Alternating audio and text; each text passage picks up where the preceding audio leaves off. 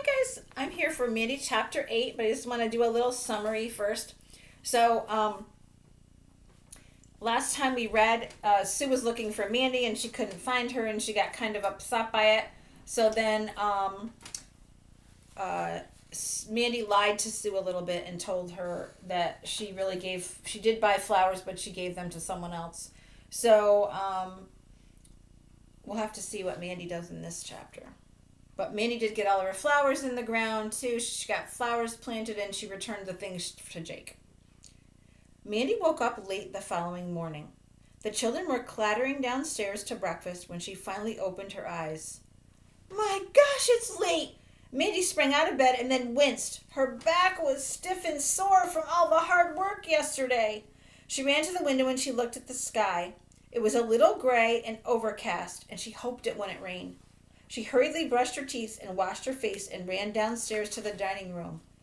You are late, Mandy. Mandy overslept, someone chanted. You'll be late for church, Mandy. Mandy grinned good-naturedly. Sue had saved a place for her at one of the long tables. She sat down and ate her porridge and toast hungrily. What do you want to do today? Sue asked. Mandy once again felt that flash of annoyance that she'd experienced yesterday. If only Sue wouldn't rely on her so much. I'm going to be busy, she replied. Doing what? Oh, things. Mandy looked at the spoons and the knives on the table. She wondered if she dared take one for her cottage. Perhaps she could get a cup and a plate too. If she were careful, she might be able to take something each day. The children were made to clear away their plates after each meal. They carried their dishes and cutlery is forks and knives, spoons, to the end of the room where they were stacked ready for the kitchen. Here, I'll take these today. Mandy leaned across and picked up Sue's dishes. Before the other girl could protest, Mandy had put them with her own and carried them to the sideboard. She had made a great pretense of stacking the plates neatly. At the same time, she slid a knife into the sleeve of her blouse. By cupping her hand and bending her wrist, she prevented it from sliding out. You'll be late for church if you don't hurry, Sue said as the children left the dining room. Mandy nodded. She raced up the stairs to her bedroom and hid the knife in a drawer. Throwing a sweater around her shoulders, she rejoined Sue just as the children were forming a double line for a walk into the village. Most Sundays, Mandy enjoyed going to church. The little chapel was on St. Martin's Green, the wide grassed area in the center of the village, from which the village took its name. Church was the one big social event of the week. Mandy watched Matron Briddy, dressed in the starched clothes that she reserved especially for Sunday, saying good morning to all the local people. Jake was there and old Mrs. Rose. She hoped she wouldn't have to stop and talk to her for fear Sue would question Mrs. Rose about the flowers Mandy had said she had given her. Suddenly, Mandy saw Wilfred Simple and his wife walking directly toward her. She knew exactly what Mr. Simple was supposed to say. Now, Mr. Simple is the man who owns the flower shop.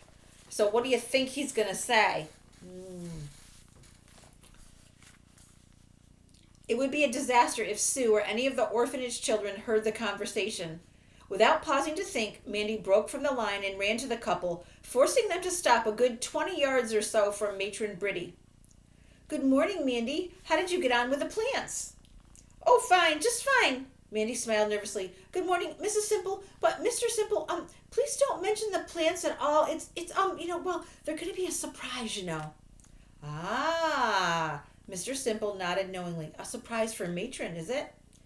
Mandy! It was Matron's voice, stern and reproving. Will you please get back into line at once?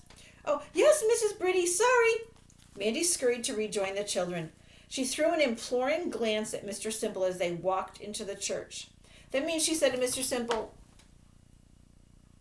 please don't tell, but she said it with her eyes. So if you glance, you just do it with your eyes. Please don't tell, was what she was trying to say with her eyes. Mr. Simple winked at her and tapped the side of his nose. Like, I have your secret. Sue was inquisitive. What was that all about? Oh, nothing much. I just wanted to say hello.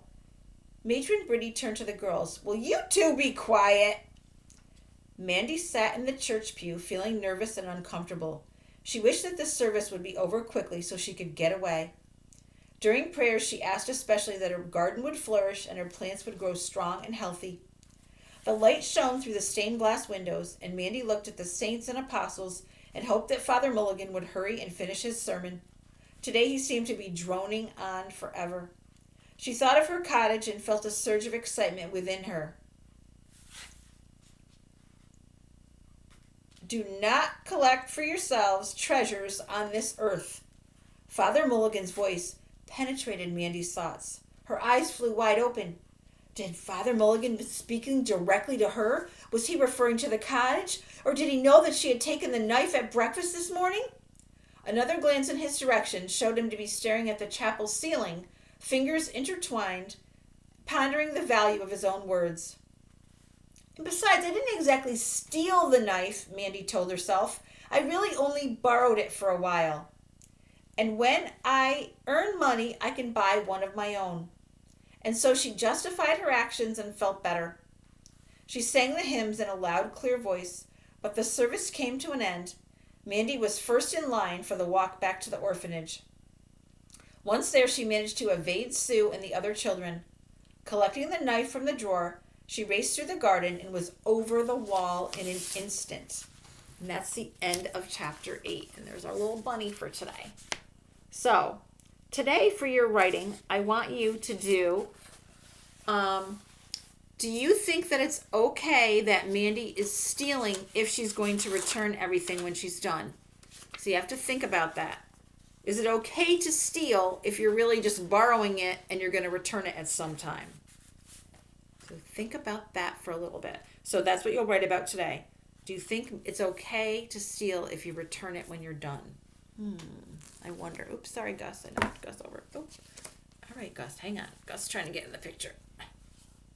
Say good morning to Gus. Hi, Gus.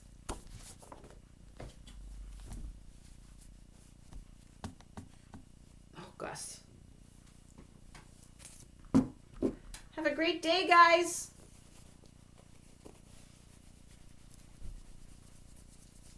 All right, you two.